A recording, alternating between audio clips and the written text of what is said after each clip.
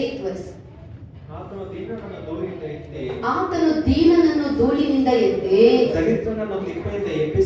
ದರಿದ್ರನನ್ನು ತಿಪ್ಪೆಯಿಂದ ಎಬ್ಬಿಸಿ ಪ್ರಭುಗಳೊಂದಿಗೆ ಕುಳ್ಳರಿಸಿ ಅವನಿಗೆ ಮಹಿಮಾಸನವನ್ನು ಬಾಧ್ಯತೆಯಾಗಿ ಅನುಗ್ರಹಿಸುವವನಾಗಿದ್ದಾನೆ. హల్లెలూయా.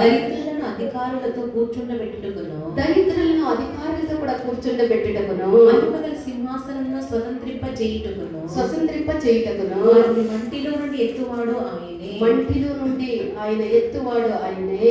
లేవి గల వారిని పెంట కుప్ప మీద నుండి లేవనెత్తువాడు లేవి గల వారిని పెంట కుప్పల మీద నుండి పైకి లేవనెత్తువాడు ఆయనే. భూమి యొక్క స్తంభములు యెహోవా వశము. సారీ அவர் சிறியவரை புழுதியிலிருந்து எடுத்து எளியவனை குப்பையிலிருந்து உயர்த்துகிறார். அவர்களை பிரபுக்களோட உட்காரவும் மகிமையுள்ள சிங்காசனத்தை சுதந்திரிக்கவும் பண்ணுகிறார். அஸ்திபாரங்கள் கர்த்தருடையவைகள். சங்கீதம் 113 சங்கீதம் 7-8 வசனங்களை வாசியுங்கள். Psalm 113 verse 7 and 8. కీర్తనలు 113 7-8 వాక్యాలు. ఆతను దీనరನ್ನು ಧೂಳಿಯಿಂದ ಎಬ್ಬಿಸಿ ಬಡವರನ್ನು ತಿಪ್ಪೆಯಿಂದ ಎತ್ತುತ್ತಾನೆ. ಪ್ರಭುಗಳ ಜೊತೆಯಲ್ಲಿ ಅಂದರೆ ಅವರ ಜನಾಧಿಪತಿಗಳೊಡನೆ ಅವರನ್ನು ಕುಳ್ಳಿರಿಸುತ್ತಾನೆ.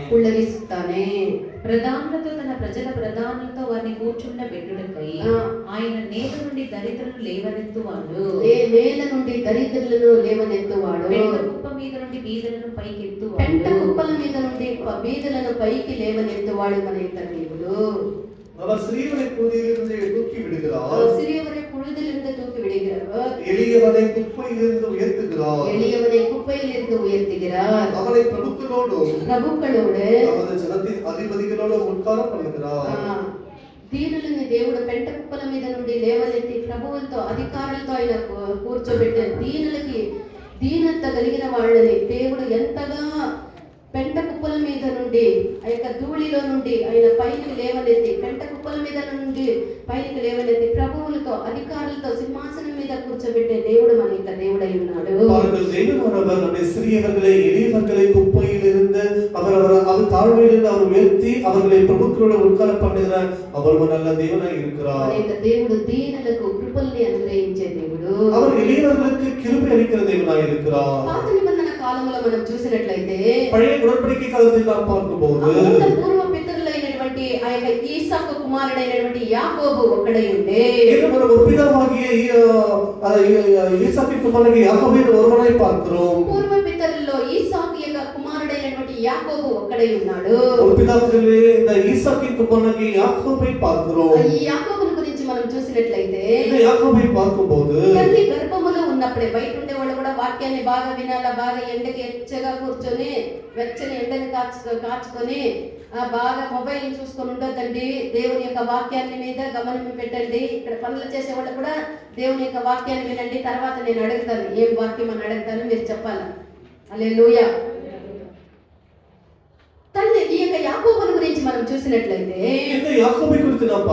తల్లి గర్భములో ఉన్నప్పుడే అతడు పోరాడేవాడుగా కనబడుతూ ఉన్నాడు. తల్లి తల్లి యొక్క గర్భములో ఉన్నప్పుడే జనపదములు ఆ యొక్క గర్భములో ఉండే పిల్లలు ఆమె యొక్క గర్భములో ఉండేది. వాళ్ళు జనించినటువంటి సమయం వచ్చినప్పుడు అన్న యొక్క మిడిమిని పట్టుకొని అన్న ఎక్కడ ముందుకు పోయేస్తాడో అని లాగి ఆ యొక్క మిడిమిని పట్టుకొని అన్నని వెనక్కి ఆ యొక్క అన్నని మిడిమిని పట్టుకొని ఇదిగో నేనే ఉన్నానని వచ్చిన వాడు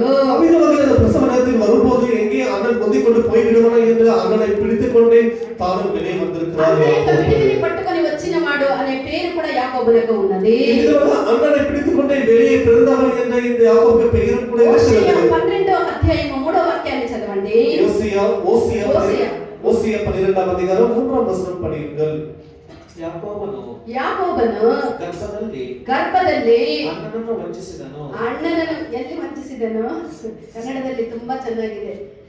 పుట్టిన బిడ్డలకి గర్భములో ఉండే కరువుకి ఏం తెలుసు అంటాం. అయితే వాక్యం ఏముంది? గర్భములో ఉన్నప్పుడే యాకోబు అన్నని వంచే அவன் தாயின் ಗರ್ಭದಲ್ಲಿ ತನ್ನ ಸಹೋದರನಿಗೆ ಕುದಿಕಾಲೆ ಬಿಡಿದ. ಕನ್ನಡದಲ್ಲಿ ಓದಿ, ಮತ್ತೆ ಓದಿ. ಯಾಕೋಬನ ಗರ್ಭದಲ್ಲಿ ಅಣ್ಣನನ್ನು ವಂಚಿಸಿದನು. ಪೂರ್ಣಪ್ರಾಯದಲ್ಲಿ ದೇವರೊಂದಿಗೆ ಹೋರಾಡಿದನು. ಸಾಕು. తల్లి గర్భమందు యాకోబు తన సహోదరుని మడిమెను పట్టుకొనెను. తల్లి గర్భమందే యాకోబు తన సహోదరుని యొక్క మడిమెని పట్టుకున్నాడు. తమిళ அவன் தாயின் கர்ப்பத்திலே தன் சகோதரனுடைய குதிகாலை பிடித்தான். తల్లి గర్భములో ఉన్నప్పుడే అన్నని వంచేని కన్నడలో ఉన్నది. அவன் தாயை வச்சிருக்கும்போது தானே தன்னுடைய சகோதரனை வஞ்சித்தான் என்று கன்னடத்திலே சொல்லப்பட்டிருக்கிறது. యాకోబు అనే పేరు, యాకోబు అంటే ఏమని అర్థం అంటే యాకోబు అనే పేరుకి என்ன అర్థం? అతిగా ఆక్రమించుకునేవాడు అని అర్థము. ఆక్రమించు కొడుకురావన్ என்று అర్థం, లేదా మోసము చేయవాడు అని అర్థము. మోసం పట్టుకురావన్ என்று అర్థం. అలాంటి ఒక పేరుని యాకోబు పొందుకొని పేరు యాకోబు పెంచుకుంటాడు. అతని పేరుకి అతనికి ఇవ్వబడినటువంటి ఆ ప్రేమ, ఆ యొక్క పేరు చొప్పుననే అతను జీవించే పేరు అయితే ఒకటి మనం గమనించాలి, ఇదంతటిలో కూడా దేవుని యొక్క సంపూర్ణ చిత్తము ఆ యొక్క యాకోబు యొక్క జీవితమైనది ఏ విధముగా డిజైన్ చేయబడి ఉండే, ఏ విధముగా ప్లాన్ చేయబడి ఉండే అంటే ఇదంతయు కూడా దేవుని యొక్క ప్రణాళిక చొప్పునే, దేవుని యొక్క డిజైన్, దేవుని యొక్క ప్లాన్ ప్రకారమే యాకోబు యొక్క జీవితం ఉండే. யாக்கோபின் ஜீவிதத்தை பார்க்கணும், எப்படி ஜீவித்தார் என்று பார்க்கும்போது கர்த்தருடைய சித்தத்தின்படி அவருடைய ஜீவிதத்தை எப்படி உருவாக்கி வைத்திருந்தாரோ அதன்படி தான் அவர் ஜீவித்திருக்கிறார். పరిశుద్ధ వేదములో మనం చూసినట్లయితే పరిశుద్ధ వేదాగమத்தில் பார்க்கும்போது నేను యాకోబు యొక్క దేవుడు, ఇశ్రాయేలు యొక్క దేవుడు అని దేవుడు సెలవిస్తూ ఉన్నాడు. యాకోబిన్ దేవుడు, ఇశ్రాయేలు దేవుడు என்று அவர் சொல்லுகிறார். పరిశుద్ధ వేదం అంతటిని మనం చూస్తే యాకోబు యొక్క దేవుడు, ఇశ్రాయేలు యొక్క దేవుడు అనే పదములతో యొక్క వేదం నిండి ఉన్నది.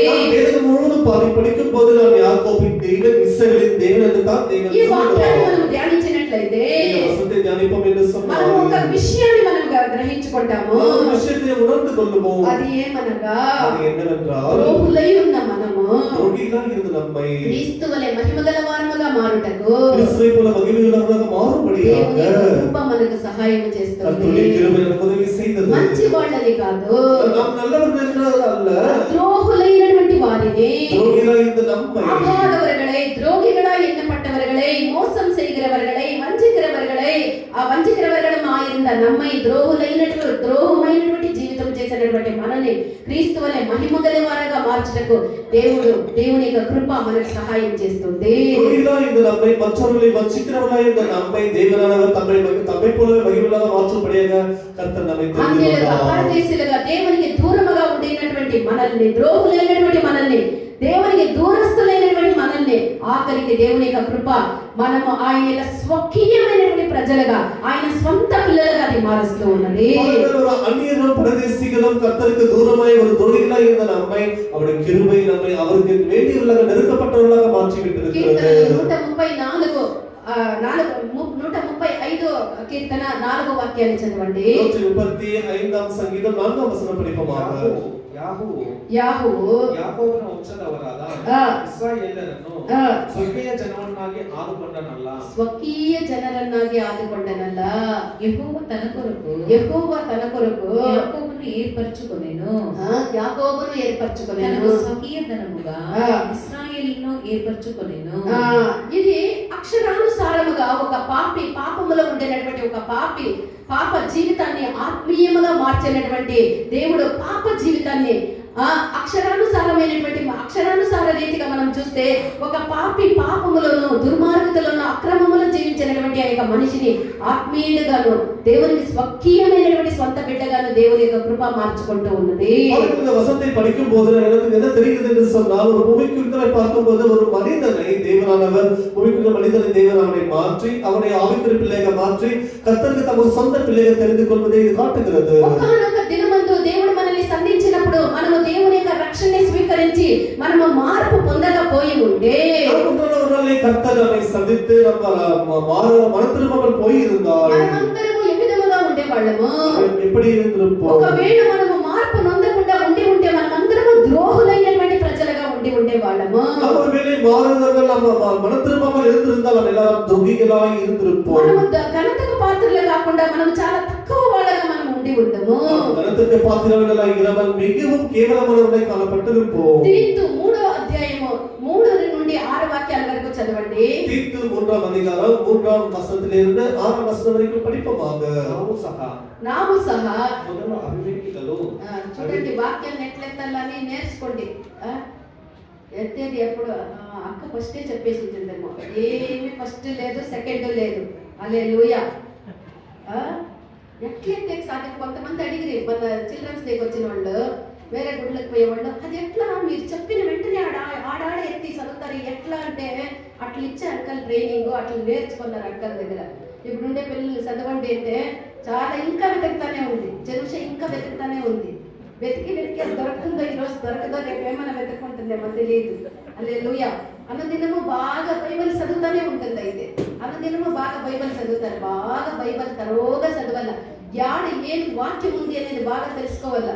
చూడండి మీకంతా ఆశ్చర్యం కలుగుతుందా కలిగలేదా? మనం అట్లుండాల. దేవుని యొక్క వాక్యం మన యొక్క హృదయం యొక్క కంఠముల ఆహారముగా మన హృదయంలో మనం బదిలిపరుచుకొని ఉండాలి. చెప్పిన వెంటనే మనస్సెరిగి చదవాలంటారు అంకల్. చెప్పకముందే ఉపదేశం పోతాంటే నెక్స్ట్ ఏం వాక్యం అంకల్ చెప్తారో అనేది మనస్సెరిగి వాక్యం ఎత్తి పెట్టుకొని చదవాలంటా ఉండే. ఇప్పుడు అదెట్లా మనస్సెరిగేది ఇప్పుడు అడిగితే? హల్లెలూయా. అదంతా అట్లా ట్రైనింగ్, అట్లా దేవుని కృప అంతా విధముగా ఉండే. హల్లెలూయా. చదవండి. ನಾವು ಸಹ ಮೊದಲು ನಾವು ಯಾವ ರೀತಿ ಇದ್ವಿ? ಅವಿವೇಕಿಗಳು, ಅವಿಧೇಯರು, ಮೋಸ ಹೋದವರು, ನಾನಾ ವಿಧವಾದ ದುರಾಶೆಗಳಿಗೆ ಮತ್ತು ಭೋಗಗಳಿಗೆ ಅಧೀನರು, ಕಿಚ್ಚುಗಳಲ್ಲಿ ಕಾಲ ಕಳೆಯುವವರು, ಕೆಟ್ಟತನ ಭೋಗಗಳು ಇವುಗಳಲ್ಲಿ ಕಾಲ ಕಳೆಯುತ್ತಾ ಅಸಹ್ಯರು, ಒಬ್ಬರನ್ನೊಬ್ಬರು ಹಗೆ ಮಾಡುವವರು ಆಗಿದ್ದೆವು. ನಾವೆಂತವರಾಗಿದ್ವಿ? ದ್ರೋಹಿಗಳಾಗಿ, ಪಾಪಿಗಳಾಗಿ, ಒಬ್ಬರನ್ನೊಬ್ಬರ ಹಗೆತನ ಮಾಡುವವರಾಗಿ, ಭೋಗವುಳ್ಳಂತಹ ಜೀವನವನ್ನು ಮಾಡುವವರಾಗಿ, ದೇವರಿಗೆ ದ್ರೋಹಿಗಳಾಗಿದ್ದೆವು. తెలుగులో ఎందుకనగా మనము కూడా మునుపు అవివేకులమును, మనం ముందు ఏ విధముగా ఉంటిమి? అవివేకులుగాను, అవిధేయులమును, మోసపోయిన వారమును, నానా విధములైన దురాశలకును, భోగములకును దాసులమై ఉండి దుష్టత్వమునందును అసూయనందును కాలము గడుపుచు అసహ్యులమై ఒకరినొకడు ద్వేషించుచూ ఉంటిమి గాని మన రక్షకుడైన దేవుని యొక్క దయయు మానవుడైన ఆయనకున్న ప్రేమే ప్రత్యక్షమైనప్పుడు మనము నీతిని అనుసరించి చేసిన క్రియల మూలముగా కాక తన కనికరము చొప్పునని పునర్జన్మ సంబంధమైన స్నానము ద్వారాను మనము ద్రోహులు, దేవునికి కాని వాళ్ళము, దేవునికి అసహ్యమైనటువంటి కార్యాలు చేస్తూ సుఖభోగములందు జీవిస్తూ ఉండేటువంటి మనల్ని దేవుడు వెతికి వచ్చే, దేవుడు ఇంత గొప్ప రక్షణ మనకిచ్చే మారు మనసు పొందితే మనము అవిధముగా మనము మన యొక్క నీతి వల్ల కాకుండా దేవుని యొక్క కృప వల్ల మనం రక్షించబడితే. ஒரு காலத்திலே நாம் எல்லாருமே ஒரு ரோகிகளாகவும் ஒருவர் பகைத்துக் கொண்டு ஒரு அநீதியான ஜீவிதை செய்து கொண்டிருக்கும் போது கர்த்தர் வந்து நம்மை சந்தித்தார், ரட்சித்தார். దేవుడు ఏ విధముగా యాకోబుని ఎన్నుకొనెను, తన కొరకు ఎన్నుకొనెను. எப்படி தேவன் அவர் యాకోబை తనకెందు தெரிந்து கொண்டாరో అదే విధముగా దేవుడు మన ఒక్కొక్కరిని కూడా తన కొరకు మనల్ని ఎన్నుకొని ఉన్నారు. நம்மை கூட எல்லாரையும் கர்த்தர் தெரிந்து கொண்டார். ఆయన యొక్క కృప ద్వారా మనల్ని ద్రోహులైనటువంటి మనల్ని దేవుని యొక్క సమీపస్తులుగా దేవుడు మార్చి ఉన్నారు. அவர் கிருபை மூலமாக நம்ம துரோகிகளாக இருந்த நம்மை அவருக்கு நெருக்கமானவராய் தேவன் செய்திருக்கிறார். యాకోబును దేవుడు ఎప్పుడు ఏర్పరచుకొని? యాకోబై కర్తర్ ఎప్పుడు தெரிந்து கொண்டார்? గర్భమందు యాకోబు ఉన్నప్పుడే దేవుడు యాకోబును ఏర్పరచుకొని, పిండముగా ఉన్నప్పుడే యాకోబును దేవుడు ఏర్పరచుకొని, ஒரு கருவாய் இருக்கும்போது தானே தேவனானவர் யாக்கோபை தெரிந்து கொண்டார். అలాంటి యాకోబును ఎన్నుకున్నటువంటి దేవుడు తన యొక్క స్వకీయ యాకోబును స్వకీయ ప్రజగా ఇశ్రాయేలుగా చేయటకు, அப்படி தெரிந்து கொண்ட யாக்கோபை இஸ்ரவேல் ஜனங்களின் சொந்த ஜனமாய் இருக்கும்படி தேவன் தெரிந்தெடுக்கும்படி యాకోబును ఇశ్రాయేలుగా మార్చుటకు, యాకోబై దేవుని ఇశ్రాయేలుగా మార్చుకొనియాడు. ఎన్నో కార్యాలు దేవుడు అతని యొక్క యాకోబు యొక్క జీవితంలో దేవుడు చేయవలసి ఉండే. ఎన్నో కార్యాలు యాకోబు జీవితంలో చేయ వేண்டிయதாக இருந்தது. దేవుడు యాకోబుని ఎన్నుకొని దేవుడు యాకోబై தெரிந்து கொண்டு తన యొక్క సంపూర్ణ చిత్తముని నెరవేర్చడానికి, యాకోబు యొక్క జీవితంలో నెరవేర్చడానికి ముందు, తన ముழு சித்தத்தையும் యాకోబుని నెరవేర్చుటకు ముందు యాకోబు యొక్క సంపూర్ణమైనటువంటి జీవితమైనది మారవలసి ఉండే, సంపూర్ణంగా మారాల్సి ఉండే. యాకోబు జీవితం ముழுவதுగా మార వేண்டிయதாக இருந்தது. ఇది జరగాలంటే ఇష్టం వచ్చినట్టు జీవిస్తే, ఇష్టం వచ్చినట్లు చేస్తే జరగలేదు. ఇది జరగాలంటే యాకోబు దేవుని యొక్క బలమైనటువంటి హస్తము క్రింద చాలా కాలం కష్టకరమైనటువంటి ప్రయాసంతో కూడినటువంటి బాధను అనుభవించవలసి ఉండే யாக்கோபு கர்த்தருடைய சித்தத்தை செய்யும்படிக்கு அவர் சுலபமாக செய்யவில்லை. அதற்கு முன்பாக கர்த்தரின் கையினால எவ்வளவு கஷ்டத்தையும் அனுபவத்தையும் பாடுகளை பட்டிருக்கிறார் யாக்கோபு. దేవుడు తన యొక్క చిత్తమునంతటిని కూడా యాకోబు యొక్క జీవితంలో నెరవేర్చిన తర్వాత தேவனுடைய சித்தத்தை எல்லாவற்றையும் யாக்கோபின் జీవితంలో నెరవేర్చిన பிறகு ఒకానొక కాలమందు అబద్ధికుడిగా మోసము చేయవాడుగా అతిక్రమించేవాడుగా ఉన్నటువంటి యాకోబు ஒரு காலத்திலே அவர் மோசம் பண்ணுகிறவன் ஏமாற்றுகிறவனாய் இருந்த அந்த யாக்கோபு ఇప్పుడు ఏ విధముగా మారే ఇప్పుడు எப்படி ఇప్పుడు మారి అతడు ప్రభువుగా మారి ఉన్నాడు. ஒரு ప్రభువుగా మారి అతను పెద్ద ప్రభువుగా దేవునికి ఒక పెద్ద ప్రభువుగా అతని యొక్క జీవితం మోసగారుడుగా కాదు, వంచేవాడుగా కాదు, ద్రోహముగా కాదు, ఇప్పుడు అతని యొక్క జీవితము దేవుడు ఒక ప్రభువుగా మార్చి ఉన్నాడు. ஒரு காலத்திலே ஏமாற்றுகிறவனும் துரோகம் பண்ணுகிறவனாய் இருந்த யாக்கோபு கர்த்தராலே மாற்றப்பட்ட பிறகு இப்போது ஒரு கர்த்தருடைய பார்வையில் பெரிய యాకోబు ఎంత ఆశీర్వాదముగా ఉండే అంటే యాకోబు எப்படி ఆశీర్వాదంగా అన్ని దేశముల యొక్క రాజు అయినటువంటి ఫరోకు కూడా అతడు ఆశీర్వాదముగా ఉండే. అన్ని దేశத்திலே பார்வோன் ராஜாவுக்கு கூட அவன் ஆசீர்வாதமா இருந்திருக்கிறான். ఆదికాండం 47వ అధ్యాయం 7వ వాక్యాన్ని చదవండి. ஆதியாகமம் 47వ அதிகாரம் 7వ వచనం படிப்போமாக. యోసేపను ತನ್ನ ತಂದೆಯಾದ ಯಾಕೋಬನನ್ನು ಕರೆಕೊಂಡು ಫರೋಹನ ಸನ್ನಿಧಿಯಲ್ಲಿ ನಿಲ್ಲಿಸಲು ಫರೋಹನ ಸನ್ನಿಧಿಯಲ್ಲಿ ನಿಲ್ಲಿಸಲು ಯಾಕೋಬನು ಫರೋಹನನ್ನು ಆಶೀರ್ವದಿಸಿದನು. యాకోబు ఎవరిని ఆశీర్వదిస్తూ ఉన్నాడు? ఫరోని ఆశీర్వదిస్తూ ఉన్నాడు. యోసేపు యాకోబును తీసుకొని పోయి ఫరో యొక్క సన్నిధిలో నిలబెట్టినప్పుడు యాకోబు ఫరోని ఆశీర్వదించాడు. ఫరో ఎవరు? ఐగుప్తు దేశం యొక్క రాజు. ఆ రాజుని ఎవరు ఆశీర్వదిస్తూ ఉన్నాడు? యాకోబు ఆశీర్వదిస్తూ ఉన్నాడు. అంత ఆ రాజుకు కూడా, ఫరో రాజుకు కూడా యాకోబు ఆశీర్వాదంగా ఉంది. చదవండి. మరియు యోసేపు తన తండ్రిని యాకోబును లోపలికి తీసుకొని వచ్చి ఫరో సమక్షమందు అతన్ని ఉంచగా యాకోబు ఫరోను దీవించెను. హల్లెలూయా. యోసేపు తన తగపనాకి యాకోబై అడిగి கொண்டு வந்து அவனை பார்வோனுக்கு முன்பாக நிறுத்தினான். ఒక ద్రోహిగా, ఒక మోసము చేయవాడుగా, ఒక అతిక్రమించుకునేవాడుగా, ఒక మోసగారుడుగా, ఒక వంచకుడుగా ఉండేటటువంటి యాకోబు యొక్క జీవితముని దేవుడు ఎంతగా మార్చి ఉన్నారంటే అంత ఆశీర్వాదముగా దేవుడు మార్చి ఉన్నాడు. மோசம் பண்ணுகிறவன் ஏமாற்றுகிறவனாய் இருந்த யாக்கோபின் ஜீவித்தை கர்த்தர் எப்படி ஆசீர்வதித்தார் என்று சொன்னால் அவ்வளவே ஆசீர்வதித்திருக்கிறார். ఇదే క్రియను దేవుడు మన జీవితంలో కూడా చేసేదానికి కోరుతూ ఉన్నాడు. అదే క్రియ కర్తర్ நம்முடைய జీవితంలో చేయ வேண்டும் என்று విரும்புகிறார். ఒక ద్రోహమైనటువంటి ఒక జీవితం నుండి ప్రభు యొక్క జీవితంకి ఆశీర్వదించబడినటువంటి ఒక జీవితానికి తీసుకురావాలి అని దేవుడు కోరుతూ ఉన్నాడు. ద్రోహమైన జీవితத்தை దేవుడు మనం எடுத்துக்கொண்டு வந்து இப்பொழுது ஒரு ஆசீர்வதிக்கப்பட்ட ஒரு ప్రభువుగా జీవితం செய்ய கர்த்தர் விரும்புகிறார். దీని గురించి దీనత కలిగి కృతజ్ఞత కలిగినటువంటి హన్నా మరియు కీర్తనకర్త అయినటువంటి దావీదు దీన్ని ఒప్పుకోలు చేస్తూ ఉన్నాడు. అవును అని ఒప్పుకోలు చేస్తూ ఉన్నాడు. సంగీతకారుడు దావీదు ఆం என்று அதை அறிந்தவர் அறிக்கை செய்கிறார். దీనత కలిగి కృతజ్ఞత కలిగినటువంటి హన్నా కూడా ఇదే ఒప్పుకోలు చేస్తూ ఉన్నది. కీర్తనకర్త అయినటువంటి దావీదు కూడా 1 సామువేలు 2వ అధ్యాయం 8వ వాక్యాన్ని చదవండి. హన్నా ఏమని ఒప్పుకోలు చేస్తూ ఉందో? దరిద్రులను అధికారులతో కూడా కూర్చుండబెట్టుటకును మహిమ కలిగినటువంటి సింహాసనమును స్వతంత్రించుకొనుటకును దీనులను మంటిలో నుండి ఎత్తువాడు ఆయనే. ఏమి కలిగిన వాడిని పెంట కుప్పల మీద నుండి ఎత్తువాడు దేవుడే. ఏమీ లేకుండా పెంట కుప్పల మీద కూర్చున్నటువంటి వాడిని ఆ పెంట కుప్పల మీద నుండి లేవనెత్తి మహిమ కలిగినటువంటి సింహాసనం మీద కూర్చోబెట్టువాడు దేవుడే. హల్లెలూయా. కీర్తనకర్త ఏమంటూ ఉన్నాడు? చదవండి. 113వ కీర్తన 7-8 వాక్యాలు. ప్రధానితో తన ప్రజల ప్రధానులతో వారిని కూర్చుండబెట్టుటకై ఆయన నేల నుండి దరిద్రులను లేవనెత్తువాడు. నేల నుండి దీన దరిద్రుల్ని ఆయన పైకి లేవనెత్తువాడు. కుప్ప మీద నుండి బీదలను పైకెత్తువాడు. పెంట కుప్పల మీద నుండి దేవుడు వారిని పైకి లేవనెత్తువాడు. அவர் சிறியவனை புதியிலிருந்து எடுத்து அவர் எளியவனை குப்பையிலிருந்து உயர்த்துகிறவராய் இருக்கிறார். దేవుడు దీనుల్ని అంతగా హెచ్చించేటువంటి దేవుడు. சிறுமையானவர்களை எளியவர்களை அப்படியே உயర్த்துகிற தேவனாய் இருக்கிறார். మనమందరం కూడా మన యొక్క పాపాల వల్ల, ద్రోహాల వల్ల, అపరాధముల వల్ల ఈ లోకమందు దేవుని ఎరగని వారుగా, నిరీక్షణ లేని వారుగా, క్రీస్తు లేనటువంటి ఒక జీవితముని చేస్తూ ఉంటేమే ஒரு காலத்தில் நாம் கர்த்தரை அறியாத பொழுது ஒரு நம்பிக்கையற்றவர், அப்படிப்பட்ட ஒரு பொய்யான జీవితాన్ని செய்து கொண்டிருக்கிறோம். మనమందరం కూడా ఒక దీనత, ఒక దరిద్రమైనటువంటి అనగా ఆత్మీయమైనటువంటి బీదరికముల దరిద్రముల మనమందరం ఉంటేమే ఎలియవరులాగా ఆవికుని జీవితంలో ఎలియవరులాగా కానపట్టి ఆత్మీయ రీతిలో మనమందరం బీదలుగా, దరిద్రులుగా, పెంట కుప్పల మీద ఆ యొక్క ఉంటిమే. ஆவிக்குரியவர்கள் நாம் எல்லாரும் கூட சிறியவர்களாகவும் எளியவர்களாகவும் எல்லாரும் அந்த குப்பையிலே உட்கார்ந்தவர்களாய் காணப்பட்டு கொண்டிருக்கிறோம். దేవుని యొక్క దయ, ஆனால் மகாதேவனுடைய தயவு, ఆయన యొక్క కనికరము, இரக்கம், ద్రోహులైనటువంటి మన జీవితముని ఆశీర్వదించి మనల్ని పైకి లేవనెత్తేదానికి వెతికి వచ్చినది.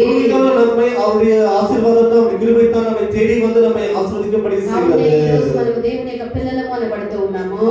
இன்னைக்கு கர்த்தருடைய பிள்ளைகளை కాబట్టి మనము ఇప్పుడు దేవుని యొక్క సన్నిధానములో వచ్చి కూర్చొని ఉన్నాము. நாம் இன்னைக்கு கர்த்தருடைய சமூகத்தில் வந்து உட்கார்கிறோம். ఇదంతా కూడా దేవుని యొక్క మహాకృపే. எல்லாமே கூட கர்த்தருடைய மகா கிருபை. దేవుని యొక్క చిత్తమైతే వచ్చే వారు మీ యొక్క వాక్యాన్ని మనం ధ్యానించుదాం. தேவ சித்தமான வசனத்தை வருகிறவர்கள் தியானிக்கலாம். మనకు సహాయం చేయుదురు. கர்த்தர் உதவி செய்வாராக.